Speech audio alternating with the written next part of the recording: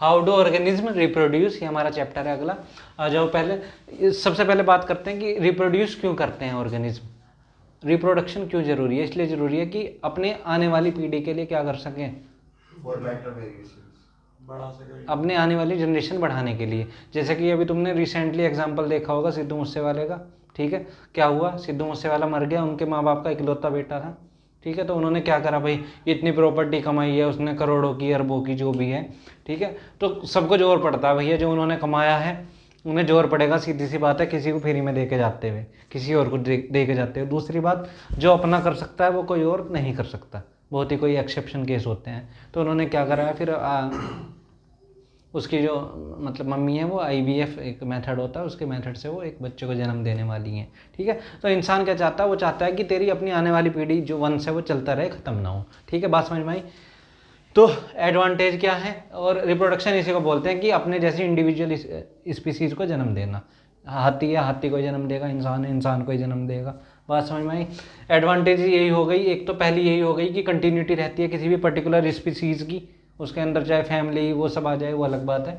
उसके बाद genetic variation होता है। वेरिएशन कैसे, जैसे मैंने मच्छर वाला एग्जांपल हेरिडिटी में दिया था कि अडेप्ट करने की जो है क्षमता बढ़ती है, अडेप्टेशन की जो चीज़ें उन्होंने एक आपकी पहली जनरेशन ने अडेप्ट कर ली, वो दूसरी को आसानी होगी उसे अडेप्ट करने में, ठीक है। वो उसके जीन में, DNA में पहले से ही रहेगी। तीसरा, इवोल्यूशन में हेल्प होती है, हम आगे बढ़ते रहते हैं, प्रोग्रेस होती है, चाहे वो हमारी बॉडी में डेवलपमेंट हो, ठीक है।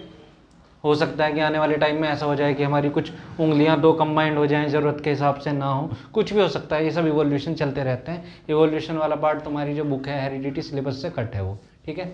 उसके बाद बात करते हैं टाइप्स ऑफ रिप्रोडक्शन। 2 तरह के होते हैं, पहला होता है एसेक्सुअल रिप्रोडक्शन, दूसरा होता है सेक्सुअल रिप्रोडक्शन। एसेक्सुअल नाम से पता चल रहा है, जिसमें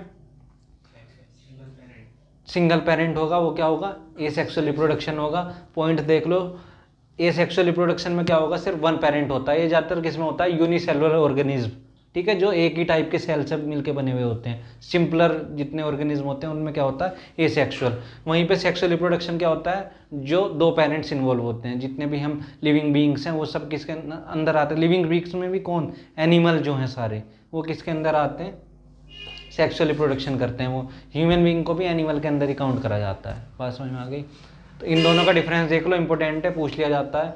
इसमें क्या होगा, 1 पेरेंट का इन्वॉल्वमेंट होगा। सेक्सुअल रिप्रोडक्शन में 2 पेरेंट्स होते हैं, मेल फीमेल।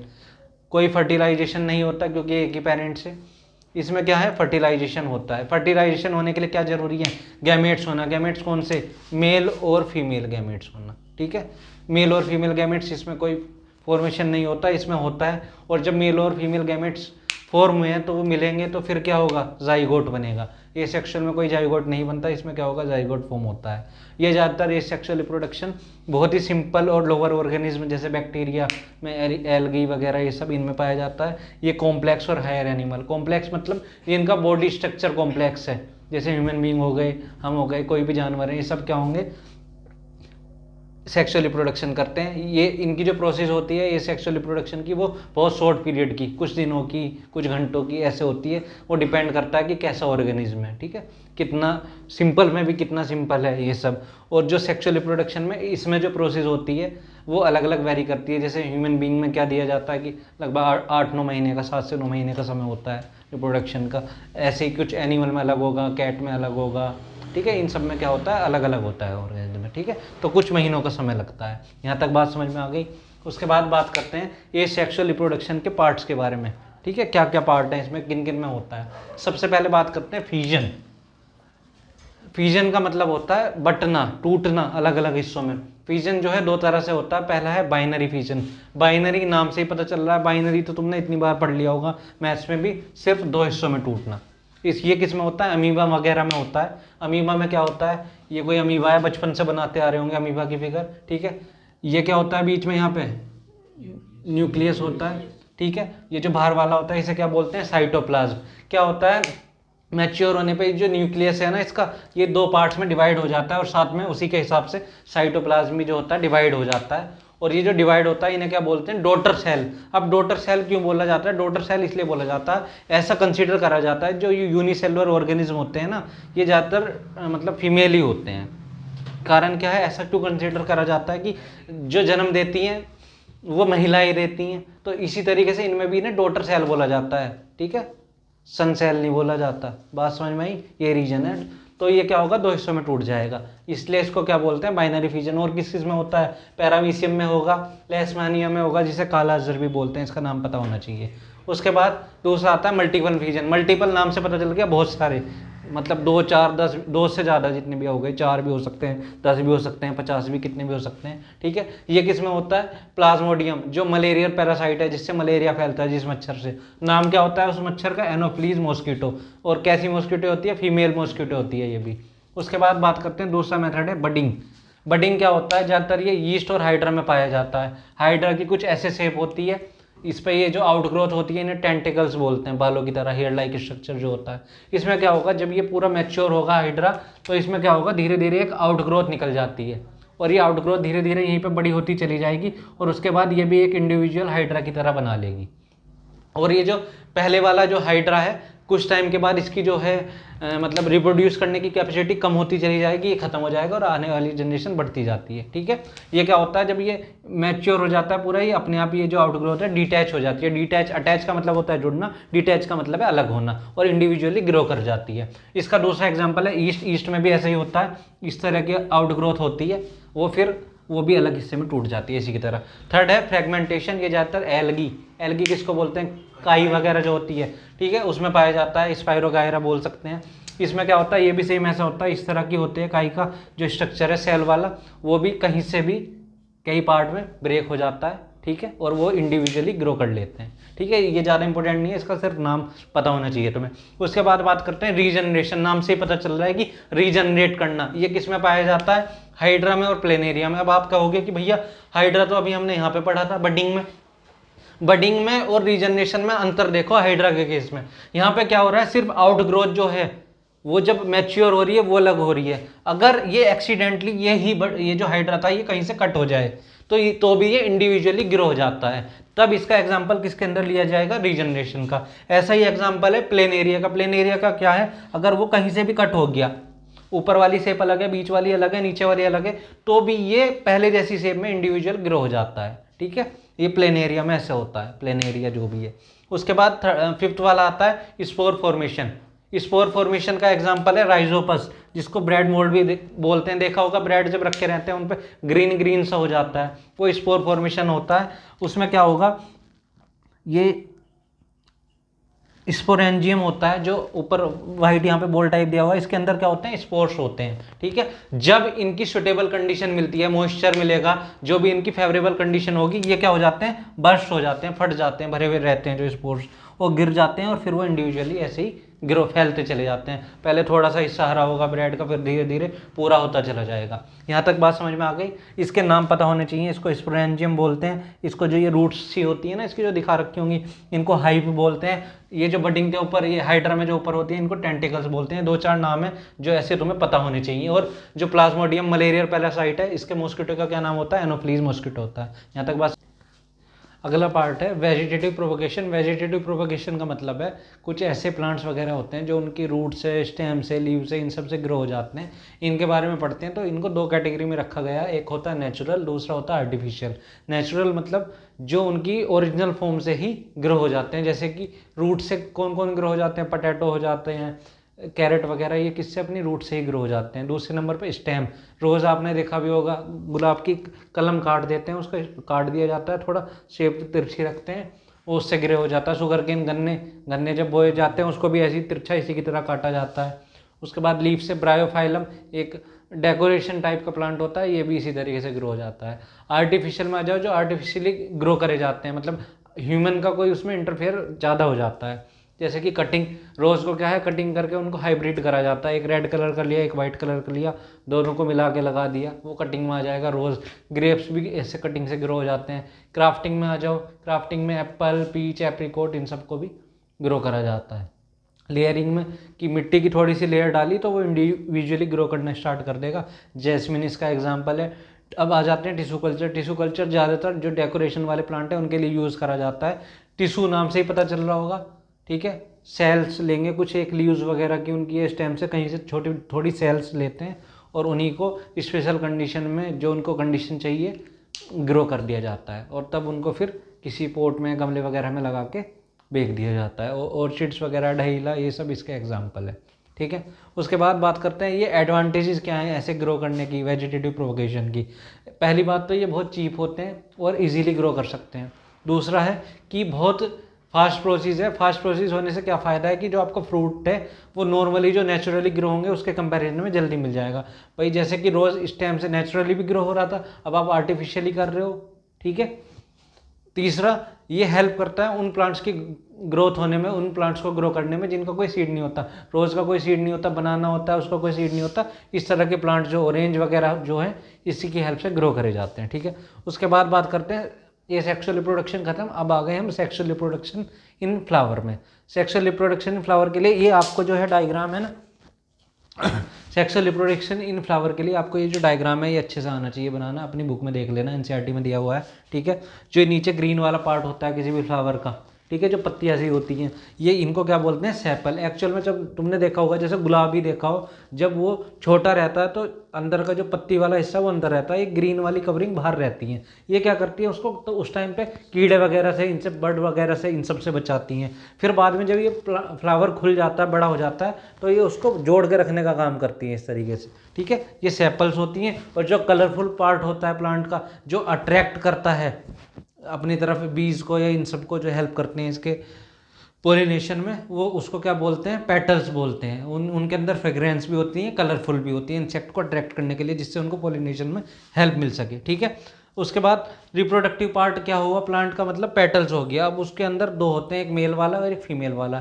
जो मेल पार्ट होता है उसको बोलते हैं स्टेमन, और जो फीमेल पार्ट होता है उसको बोलते हैं पिस्टिल या कार्पिल। ठीक है, स्टेमन के अंदर क्या होगा, इस तरीके की ये जो होते हैं एंथर होते हैं। जैसे अनार देखा होगा तुमने, छोटे छोटे अनार देखे होंगे, उस पर दाने से रहते हैं ऊपर आके, वो क्या होते हैं, एंथर होते हैं। और जिस पाइप से वो जुड़े हुए रहते हैं उसको क्या बोलते हैं, फिलामेंट। ये होता है मेल रिप्रोडक्टिव पार्ट। उसके बाद फीमेल रिप्रोडक्टिव पार्ट, मैंने नाम बताया, पिस्टिल या कार्पिल बोलते हैं। वो मेनली 3 पार्ट में डिवाइडेड है। सबसे ऊपर होता है स्टिग्मा, नाम से पता चल रहा होगा, स्टिक मतलब चिपक जाए। जो ये मेल के जो एंथर होते हैं, पोलन ग्रेन होते हैं ना एंथर के अंदर, वो क्या होते हैं, इस पर चिपक जाते हैं। ठीक है, फिर चिपक के वो ये ट्यूब लाइक स्ट्रक्चर है जिसको स्टाइल बोलते हैं, इसके थ्रू कहाँ तक आते हैं, ओवरी में। ओवरी में आने के बाद तब उनका वो फर्टिलाइजेशन, वो सारी प्रोसेस होती है। ठीक है, उसके बाद बात करते हैं टाइप्स ऑफ फ्लावर। फ्लावर जो होते हैं 2 टाइप के होते हैं बेसिकली। पहला होता है बाइसेक्सुअल, दूसरे होते हैं यूनिसेक्सुअल। ठीक है, बाइसेक्सुअल जिसके अंदर 2 कैटेगरी में ना, जैसे बाइनरी फिजन 2 पार्ट में डिवाइड हो रहा है, ऐसे ही दोनों कैटेगरी एक के अंदर ही हो। ठीक है, मतलब स्टेमन भी उसके अंदर होगा, कार्पल भी उसके अंदर होगा।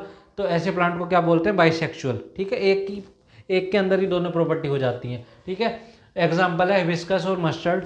ठीक है, दूसरा यूनिसेक्सुअल जिसमें या तो सिर्फ मेल वाली प्रॉपर्टी होंगी या फीमेल वाली होंगी। ठीक है, या तो सिर्फ स्टेमन होगा या क्या होगा, कार्पेल होगा। इसका एग्जाम्पल पपाया, वाटरमेलन, ये सब है। उसके बाद बात करते हैं पोलिनेशन। पोलिनेशन का मतलब क्या होगा, ये जो मैंने यहाँ पे बताया था ना कि ट्रांसफर होगा यहाँ से, इसके अंदर पोलन ग्रेन्स है वो स्टिग्मा तक कैसे जाएंगे, उसके बारे में पढ़ते हैं। पोलिनेशन क्या हो गया, transfer of pollen grains from anther to stigma is known as pollination. Pollination 2 तरह से होता है, सेल्फ पोलिनेशन, क्रॉस पोलिनेशन। ठीक है, और भी कुछ तुमने बचपन में पढ़ते आए होंगे पोलिनेशन के और भी मीडियम होते हैं, जैसे हवा के थ्रू, पानी के थ्रू। लेकिन यहाँ तुम्हें थोड़ा बायोलॉजी पढ़ रहे हो तो बायोलॉजिकल वे में समझो कि सेल्फ पोलिनेशन और क्रॉस पोलिनेशन। सेल्फ पोलिनेशन क्या हो गया, नाम से ही पता चल रहा है। मान लो ये कोई प्लांट है, ठीक है, इस पर ये फ्लावर है, ठीक है, इसी के अंदर दोनों चीज़ें हैं, क्या स्टिग्मा भी है, कार्पल भी है, तो इसी के अंदर ही पोलिनेशन हो गया। या एक ही प्लांट है, उससे दूसरे फ्लावर पे चला गया, उसी के एक फ्लावर से दूसरे फ्लावर में, ये किसके अंदर में आएंगी दोनों कंडीशन, सेल्फ पोलिनेशन में। क्रॉस पोलिनेशन में क्या, 2 अलग अलग प्लांट है, इस फ्लावर से इस पे चला गया है, इस पे, ठीक है, इससे एंथर के अंदर से जो पोलन ग्रेन है वो दूसरे पारे उस पर चले जाते हैं। ठीक है, बात समझ में आई। ये था पोलिनेशन में सेल्फ पोलिनेशन, क्रॉस पोलिनेशन। उसके बाद ये germination of pollen grain on stigma देख लो, मतलब कैसे इनका जर्मिनेशन होता है, जो पोलन ग्रेन एंथर के अंदर से जाते हैं स्टिग्मा में। देखो मैंने बताया था स्टिग्मा क्या होता है, ये अट्रैक्ट करता है पोलन ग्रेन को अपनी तरफ। इसने यहाँ पे अट्रैक्ट कर लिए पोलन ग्रेन, छोटे छोटे दाने जो है, फिर क्या होंगे, ये ट्यूब लाइक स्ट्रक्चर से कहाँ आएंगे, नीचे तक आएंगे। ये यहाँ पे बीच में दिखा रखा है कि ये मेल जर्म सेल है। ठीक है, जो भाई उनके अंदर जो ये आते हैं पोलन ग्रेन, उनके अंदर क्या होगी, मेल की जर्म सेल होगी ना, वो यहाँ पे ओवरी में आएगी और फीमेल जर्म सेल के साथ मिलकर क्या करेगी, फर्टिलाइजेशन में हेल्प करेंगी। ठीक है, जाइगोट बनेगा, फिर उसके बाद आगे की प्रोसेस होती है। जाइगोट एम्ब्रियो में डेवलप होता है और जो ओव्यूल ये होता है, ओव्यूल किस में डेवलप हो जाता है, सीड में। और जो ये ओवरी होती है ये किस में हो जाती है, पकने के बाद फ्रूट में डेवलप हो जाती है। इतनी बात समझ में आई। उसके बाद जर्मिनेशन जो होता इसका समझ लो, जैसे सपोज ये चने की सेब दी गई है एक, ठीक है, समझाने के लिए सिर्फ, ठीक है। अगर हम इसको ओपन करें, बीच से तोड़े, तो जो ये साइड वाला मोटा जो हिस्सा होता है चने का, ये किसी भी ऐसे दाल वगैरह जो भी चीज़ें हैं, जितने भी सीड हैं, सीड का जो मोटे वाला हिस्सा होता है ये क्या होता है, कोटिलेडन बोलते हैं इसको, मतलब फूड स्टोर करने का काम होता है। भाई छोटा सा तुमने एक चने का दाना ही तुम्हें ग्रो करना है, जो भी उसे तुमने ज़मीन में रखा, तो जब वो इतना छोटा है तो वो उससे कहीं से फूड वगैरह सारी चीज़ें चाहिए ना ग्रो करने के लिए, तो उस टाइम पे जब तक वो अपने कैपेबल नहीं हो पाता, थोड़ा सा प्लांट नहीं निकल जाता, तब तक ये उसका फूड स्टोर करने का काम करता है, उसको हेल्प करता है, मतलब ठीक है, घर में ही खाना देता है उसे, ये मान लो उस, ठीक है। जब तक बच्चा बड़ा नहीं होगा उसे खाना घर में मिलेगा तो मिलना चाहिए, बड़ा हो जाएगा तो भैया खुद करने लगेगा। उसके बाद दो पार्ट और होते हैं इसमें, जो ऊपर वाला पार्ट होता है इसको बोलते हैं प्लूम्यूल, ठीक है। ये क्या बनता है आगे जाके फ्यूचर में, सूट बनता है, मतलब प्लांट का जो ऊपर वाला पार्ट है वो सब ये बनता है। और नीचे वाला रेडिकल बोलते हैं, ये आने वाले टाइम में रूट बनता है। याद करने का आसान तरीका क्या है, पी से प्लूम्यूल, पी से प्लांट, मतलब जो प्लूम्यूल है वो प्लांट बनेगा, और आर से रेडिकल, आर से रूट, रेडिकल वाला हिस्सा क्या बनेगा, रूट बनेगा। बस सिंपल था इतना। अगला टॉपिक है reproduction in human being. Reproduction in human being पढ़ने से पहले आपको एक टर्म यहाँ पे दी गई है, प्यूबर्टी, आपको इसके बारे में जानना होगा। प्यूबर्टी क्या होता है, एक ऐसी एज जिस एज पे आने के बाद जो बॉयज़ हैं और गर्ल्स हैं उनकी बॉडी में अलग अलग हार्मोन रिलीज़ होना स्टार्ट हो जाते हैं, जो कि प्रमोट करते हैं, जो कि हेल्प करते हैं फर्टिलाइजेशन में, ठीक है। तो बॉयज़ की एज कब होती है, 13 से 14 ईयर की एज में मैक्सिमम जो बॉयज़ हैं उनमें प्यूबर्टी स्टार्ट हो जाती है। और गर्ल्स में क्या एज होती है, 10 से लेकर 12 ईयर की, ठीक है। प्यूबर्टी के समय में आपको क्या चेंजेस देखने को मिलेंगे, आपकी जो आवाज़ है बॉयज़ में वो भारी हो जाएगी, गर्ल्स में जो आवाज़ है वो थोड़ी सी शार्प, मतलब पैनी हो जाती है। और दूसरा, फेशियल हेयर ग्रोथ हो जाता है, अलग अलग बॉडी पार्ट पे हेयर ग्रोथ हो जाती है। और कुछ बॉडी पार्ट्स जो होते हैं, आपके बॉडी के कुछ पार्ट जो होते हैं वो चौड़े होने शुरू हो जाते हैं, ब्रॉडर हो जाते हैं, ठीक है। उसके बाद बात करते हैं इस एज में क्या होता है, मेल सेक्स सेल बनने लगती हैं जिनको क्या बोलते हैं, स्पर्म्स, और फीमेल सेक्स सेल बनने लगती हैं जिनको क्या बोलते हैं, ओवा या एक्स बोलते हैं। इन सेक्स सेल को गैमेट्स भी बोला जाता है। और जब ये गैमेट्स, मेल और फीमेल गैमेट्स मिलते हैं तो क्या बनाते हैं, जाइगोट बनाते हैं, ठीक है। जाइगोट फिर 8 वीक के बाद, 8 वीक तक के समय में जाइगोट क्या हो जाता है, एम्ब्रियो में डेवलप हो जाता है। लेकिन एम्ब्रियो में जो है आप पूरी तरीके से बेबी को रिकॉग्नाइज नहीं कर सकते, ठीक है, सिर्फ कुछ आपको स्ट्रक्चर का आइडिया होता है। और उसके बाद जब 8 वीक के बाद का समय होता है तो ये फीटस में कन्वर्ट हो जाता है। इस समय में आप बच्चे का सर, हाथ पैर रिकॉग्नाइज कर सकते हैं अच्छे से, ठीक है। फर्टिलाइजेशन जो होता है ये दो तरीके से होता है, इंटरनल फर्टिलाइजेशन और एक्सटर्नल फर्टिलाइजेशन। इंटरनल फर्टिलाइजेशन जैसा आपको नाम से पता चल रहा होगा, जो बॉडी के अंदर होता है, जितने भी मैमल्स हैं उसमें क्या होता है, फीमेल की जो बॉडी होती है उसी के अंदर बच्चे का डेवलपमेंट होता है। ह्यूमन बीइंग भी मैमल्स में यहाँ पे काउंट करा जाएगा। एक्सटर्नल क्या होते हैं, जो एम्फीबियंस होते हैं, जैसे फ्रॉग्स वगैरह क्या होते हैं, वो एग ले करते हैं बाहर और तब जाके वो बच्चों को जन्म देते हैं, ठीक है। उसके बाद समझना पड़ेगा हमें मेल रिप्रोडक्टिव सिस्टम। ये डायग्राम है, बहुत ज़्यादा इंपॉर्टेंट है ये डायग्राम, बहुत ज़्यादा, ठीक है। देख लेते हैं, जो जो इसमें मैंने लेबलिंग कर रखी है इसको समझ लेते हैं। सबसे पहले बात करते हैं टेस्टिस, ठीक है। टेस्टिस क्या होते हैं, ये इनका काम होता है मेनली, ये स्पर्म सेल को प्रोड्यूस करते हैं। दूसरा, टेस्टोस्टेरोन हार्मोन को रिलीज़ करते हैं, और यही वो हार्मोन है जो प्यूबर्टी के टाइम में बॉयज़ की बॉडी में रिलीज होना स्टार्ट हो जाता है और हेल्प करता है स्पर्म बनाने में, ठीक है। तो क्या होगा, पेयर ऑफ टेस्टिस क्या करते हैं, स्पर्म सेल बनाते हैं, और दूसरा हेल्प करते हैं, प्रोड्यूस करते हैं टेस्टोस्टेरोन हार्मोन को। फिर होता है वास डिफरेंस। वास डिफरेंस क्या होती है, ये कैरी करती है यहाँ से एपिडाइमिस से, जो स्पर्म्स हैं उनको कैरी करती है। उसके बाद सेमिनल वेसिकल, इसका क्या काम है, जो स्पर्म कैरी कर रही है ये उसमें फ्रेक्टोज, एक लिक्विड टाइप की चीज़ें जो है ऐड करती है अपनी तरफ से, जिससे वो स्पर्म किस में कन्वर्ट हो जाता है, सीमन की फॉर्म में कन्वर्ट हो जाता है। उसके अंदर थोड़ा लिक्विडिटी आ जाती है, थोड़ा लिक्विड फॉर्म में कन्वर्ट हो जाता है। प्रोस्टेट ग्लैंड क्या करती है, ये भी एक अलग तरह का फ्लूइड जो है सीमन में ऐड करती है। ये क्यों ऐड करती है, जिससे कि जो स्पर्म है वो बचा रहे, वो एसिडिक इन्वायरमेंट में बचा रहे। जैसा आपको पता होगा यूरिन में भी क्या पाया जाता है, एसिड पाया जाता है, तो वो क्या होता है, वो स्पर्म को डैमेज कर देता है, ख़त्म कर देता है उसे। तो सेम ही जब स्पर्म फीमेल बॉडी में वेजाइना में जाएगा तो वहाँ पे उसको प्रोटेक्ट करने के लिए क्या होता है, ये फ्लूइड रहता है जो स्पर्म को बचाने का काम करता है। जो कौन ऐड करता है, प्रोस्टेट ग्लैंड उसको क्या करती हैं, ऐड करती हैं। उसके बाद बात करते हैं यूरेथ्रा। ये क्या करता है, स्पर्म को कैरी करता है पेनिस तक, और साथ में यूरिन भी कैरी करता है। कहाँ से, गैल ब्लैडर में। गैल ब्लैडर क्या होता है, ये यूरिन का एक तरीके से रिजर्वोयर होता है, ये स्टोर करके रखता है यूरिन को, और उसी के हिसाब से ये एक्सपेंड होता है या सिकुड़ता है, जो भी है, ठीक है। उसके बाद बात करते हैं पेनिस। पेनिस क्या होता है, ये यूरेथ्रा इसी के अंदर होती है, और ये डिपॉजिट करता है स्पर्म को वेजाइना में जब इजैकुलेशन होता है, फर्टिलाइजेशन के दौरान। स्क्रोटम की बात करें, ये एक आउटग्रोथ होती है पाउच टाइप, जिसके अंदर दोनों जो पेयर ऑफ टेस्टिस हैं ह्यूमन बॉडी में वो पाए जाते हैं, और ये टेम्परेचर कंट्रोल सिस्टम का काम करते हैं। जो हमारे स्पर्म्स हैं जो बन रहे हैं टेस्टिस में, उनको क्या है, हमारी ह्यूमन बॉडी से थोड़ा कूलर टेम्परेचर चाहिए होता है, तो ये हमेशा लगभग -3 डिग्री सेल्सियस लोअर टेम्परेचर उनको प्रोवाइड करते हैं, जिससे कि स्पर्म बचे रहें। एपिडाइडाइमिस क्या होता है, ये कॉइल ट्यूब होती है, यह स्टोर करती है और ट्रांसपोर्ट करती है स्पर्म सेल को यहाँ से, ठीक है। ब्लैडर मैं बता चुका आपको, ठीक है। ये था आपका मेल रिप्रोडक्टिव। के बाद हम पढ़ते हैं female reproductive system. Female reproductive system का डायग्राम है, ये भी बहुत इंपॉर्टेंट है, पूछ लिया जाता है एग्जाम में। आ जाओ इसकी एक बार फंक्शनिंग देख लेते हैं कि कौन से ऑर्गन की क्या फंक्शन होते हैं, ठीक है। सबसे पहले बात करते हैं पेयर ऑफ ओवरीज।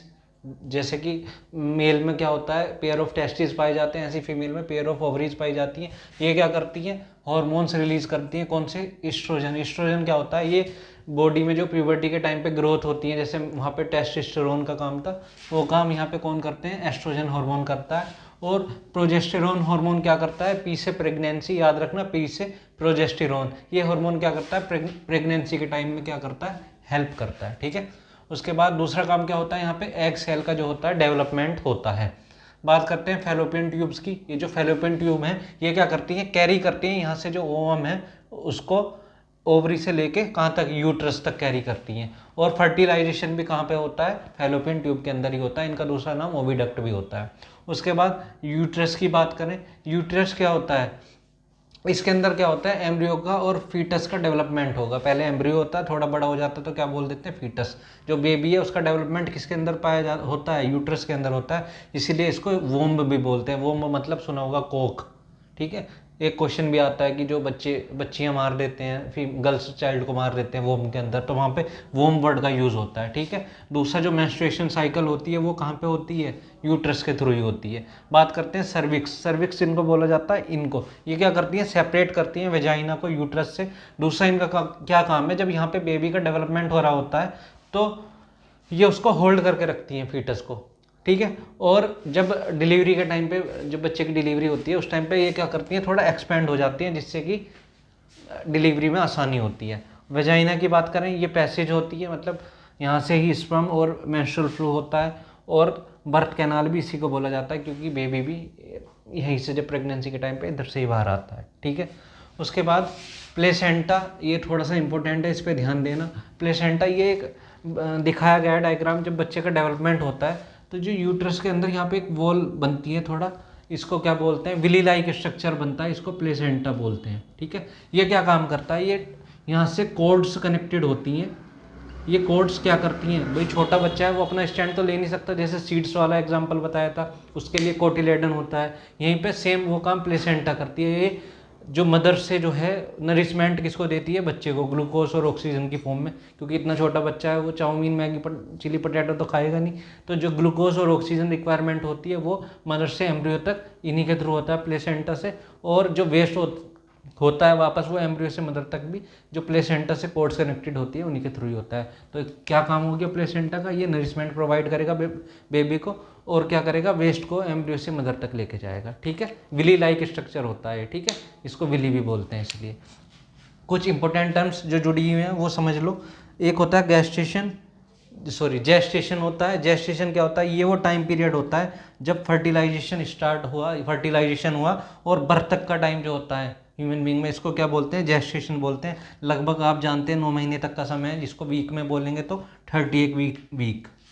उसके बाद मेनार्च किसको बोलते हैं, जब फर्स्ट टाइम किसी भी गर्ल्स को क्या होती है, प्यूबर्टी होती है फर्स्ट टाइम, तो उसको क्या बोलते हैं, मेनार्च बोलते हैं। लगभग टाइम पीरियड मैंने बताया था 10 से 12 ईयर का जो टाइम पीरियड होता है। मेनोपॉज क्या होते हैं, जब ये जो प्यूबर्टी है ये परमानेंट स्टॉपेज हो जाती है, तो इस टाइम को क्या बोला जाता है, मेनोपॉज बोला जाता है। ये 45 से 50 साल की उम्र में महिलाओं में पाया जाता है। एक चीज़ और आपको बतानी है, जो मेंस्ट्रुएशन साइकिल है, प्रेगनेंसी के दौरान मेंस्ट्रुएशन साइकिल नहीं होती, ठीक है, वो तब रुकी हुई रहती है। अब ये मेंस्ट्रुएशन साइकिल क्या होती है, जैसा कि आप जानते हैं कि क्या होता है, जो गर्ल्स होती हैं उनमें पहले से ही बहुत सारे इमेच्योर ओवा पाए जाते हैं, लेकिन वो 10 से 12 ईयर की एज आने के बाद, प्यूबर्टी की एज में आने के बाद वो मैच्योर ओवा में कन्वर्ट होना स्टार्ट हो जाते हैं और पूरे कंप्लीट हो जाते हैं। जब उनका ओव्यूलेशन हो जाता है उसके बाद वो क्या होते हैं, बर्स्ट हो जाते हैं। और बर्स्ट होने पे क्या होगा, ये जो थिक लाइनिंग होती है यूट्रस की, ये टूट जाती है। इसी वजह से जो होती है ब्लीडिंग होती है। 28 दिन की साइकिल होती है ये मेंस्ट्रुअल फ्लो की जो होती है। लेकिन अगर कोई प्रेगनेंसी हो तो प्रेगनेंसी के टाइम में ये क्या होता है, ये मेंस्ट्रुअल फ्लो बंद हो जाता है, ठीक है, क्योंकि ये डेवलपमेंट होना स्टार्ट हो जाता है यहाँ पे बेबी का। इतनी बात समझ।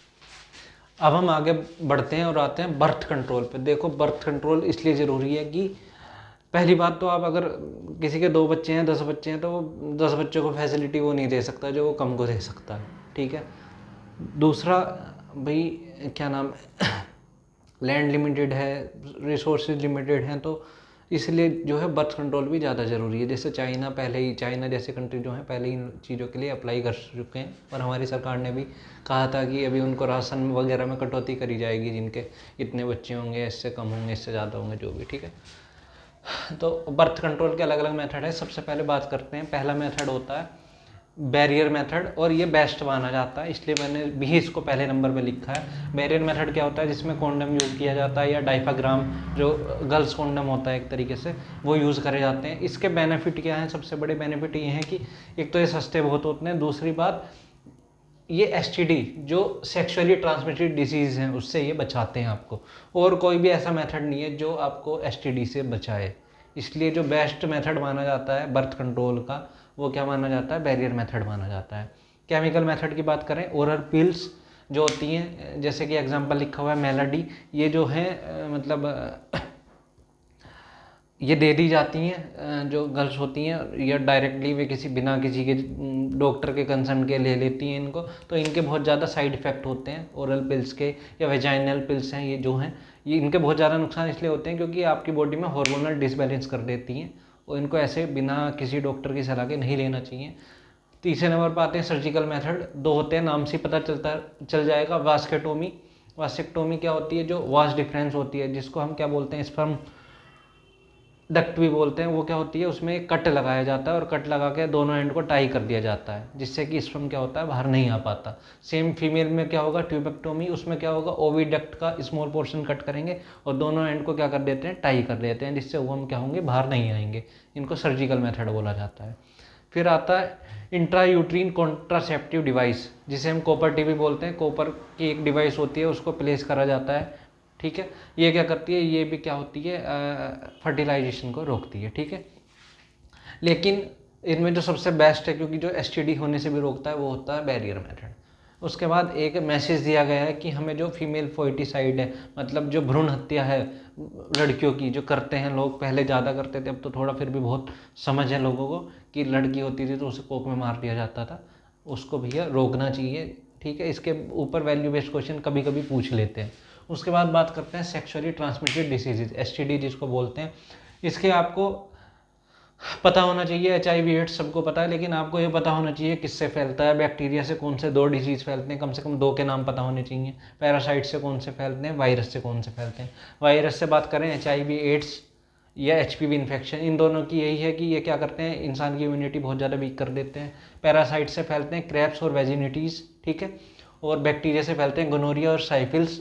ये क्या होते हैं, दोनों क्यूरेबल डिसीज़ हैं अगर इनका टाइम से पता चल जाए, ठीक है। बस।